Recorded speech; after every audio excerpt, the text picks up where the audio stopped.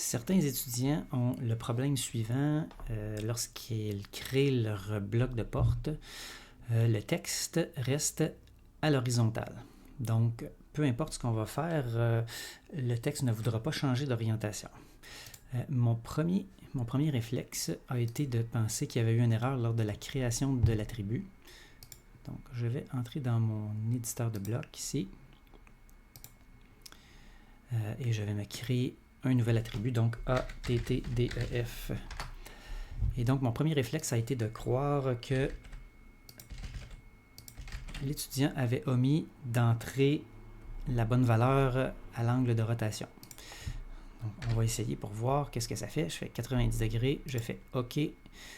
On dirait que l'attribut veut s'orienter correctement, mais lorsqu'on l'insère, il revient à l'horizontale.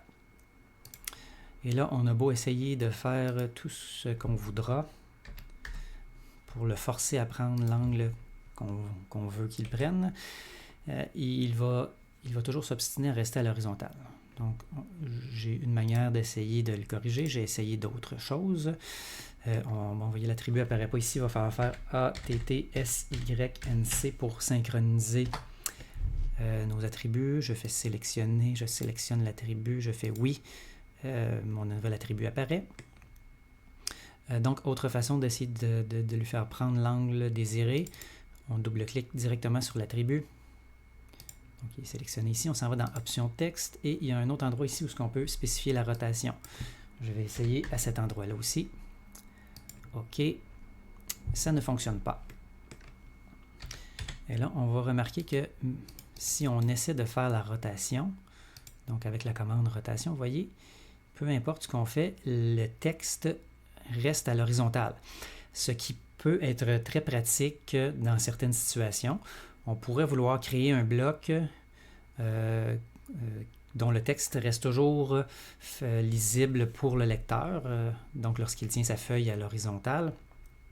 Donc peu importe l'orientation du bloc. Par exemple, un frigo, on écrit dessus REF pour réfrigérateur, ou une lingerie ou un lave-vaisselle où est-ce qu'on écrit les initiales LV. Donc, peu importe l'orientation dans laquelle on mettrait ce bloc-là, le texte serait toujours facilement lisible pour la personne qui consulte les plans. Donc, ça pourrait être très pratique dans certaines situations, mais dans notre cas ici, on veut que le texte reste aligné sur la porte. Donc, comment est-ce qu'on va corriger ce problème-là? J'ai fini par trouver la solution et le problème vient non pas de l'attribut, de la création de l'attribut lui-même, mais du texte qui a été créé, donc le texte en tant que tel. Vous voyez ici, c'est le texte FXGTT qui est le problème.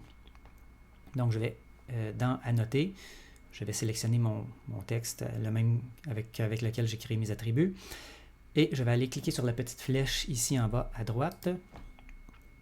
Et là, vous voyez, la petite case ici a été cochée. Faire correspondre l'orientation du texte à la présentation. Donc, c'est ça qui pose problème et qui fait que le texte va toujours rester à l'horizontale, peu importe ce qu'on fait. Je vais cliquer, je vais décocher la petite case ici. Je vais faire appliquer les modifications et fermer. Maintenant, le problème qu'on a, c'est que le texte va toujours refuser nos commandes lorsqu'on va vouloir le faire changer d'angle. Donc, je vais rentrer encore une fois dans mon éditeur de bloc, comme ceci. Je vais essayer d'aller le modifier également ici. J'avais vraiment espéré que ça permettrait de corriger le problème, mais non, ça ne fonctionne toujours pas. Et là, la seule façon de faire, c'est de recommencer notre attribut. Donc, j'efface mon attribut. Je refais ATTDEF pour créer un nouvel attribut. J'écris n'importe quoi. Bon, en fait, dans la réalité, il faudrait refaire votre attribut numéro de porte et dimension de porte. Donc, n'écrivez pas n'importe quoi quand vous refaites votre bloc. Là. Moi, c'est juste pour aller plus rapidement. Je tape, très important, 90 degrés ici. Je fais OK. Et là, on se croise les doigts pour que ça fonctionne. Et voilà, ça fonctionne. Le texte s'oriente dans l'angle qu'on lui a spécifié. À ce moment-ci, il va falloir refaire malheureusement notre action d'étirement. Notre action d'étirement a été faite avec l'ancien attribut qu'on vient de supprimer. Donc, pour refaire mon jeu de sélection, je n'ai pas besoin de refaire l'action au complet. Donc, je vais aller sur mon étiré ici, mon action étirée. Je clique droit, jeu de sélection et nouveau jeu de sélection. À ce moment-là, je suis les instructions d'AutoCAD. Spécifier le premier coin du cadre d'étirement, le coin opposé. Ensuite de ça, sélectionner les objets. Donc, je sélectionne mon attribut et je sélectionne également ma porte et sa hachure. Je fais Entrée et maintenant, on va aller tester notre bloc pour voir s'il fonctionne. Là, on a un petit moment de panique parce qu'on voit que ça n'a pas fonctionné. Il faut simplement synchroniser notre bloc à nouveau. Donc, je fais A, T, T, S, Y, N, C. Sélectionner. Je clique sur mes attributs. Je fais oui. L'orientation, vous voyez, là, ça a fait la transformation. Et là, on va tester le bloc.